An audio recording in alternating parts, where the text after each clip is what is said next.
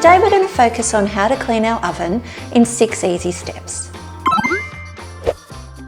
So to prepare the area, it's a good idea to be very mindful of your well-being and your health and ensure that the area is well ventilated. Now here are all the things we need. It's really important to have a drop sheet so that we can protect our floor and that'll take care of any drips and drops. Our gloves to obviously protect our hands. We've got some cloths for wiping things over. We've got this fantastic thing called magic sponge. That's for some little bits and pieces that we struggle to get. And your usual sort of scourers and sponges here. We have the Jim's oven cleaning chemical that we're going to spray into the oven, and that's an environmentally friendly chemical, so that's going to help us look after our lungs. And a mask, protective eyewear, is always quite important. With step 2, what we're going to do is going to remove the racks from the oven. If your oven is a smaller size, you might want to pop them in the kitchen sink. And you can do that, but make sure that you lay a towel or a cloth in the base of the sink to avoid scratching the sink when you're scrubbing.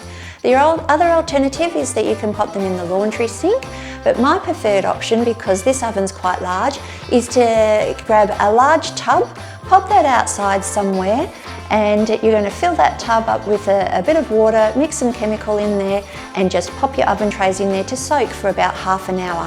When you come back, they should be nice and easy to clean. While we're waiting, let's go to step 3 and prepare the oven. So to start with, let's turn the oven on to just give it a little warm up. Spray the oven cleaner on all the surfaces of the oven.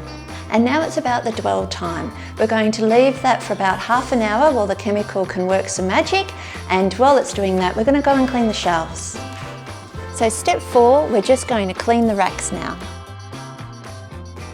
Clean each individual oven rack, place them upright in the sink to dry.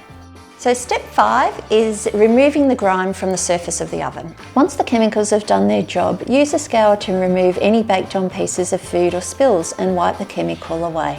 After this, wipe the internal oven over a second time with a soft cloth and dishwashing liquid to remove any chemical residue or smell.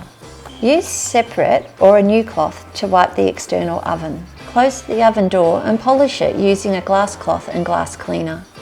You may also like to turn the oven on for 10 minutes to burn off any chemical smell. And there it is, a sparkling oven fit for food again. If you like our content, please like and subscribe, and we'll see you next time.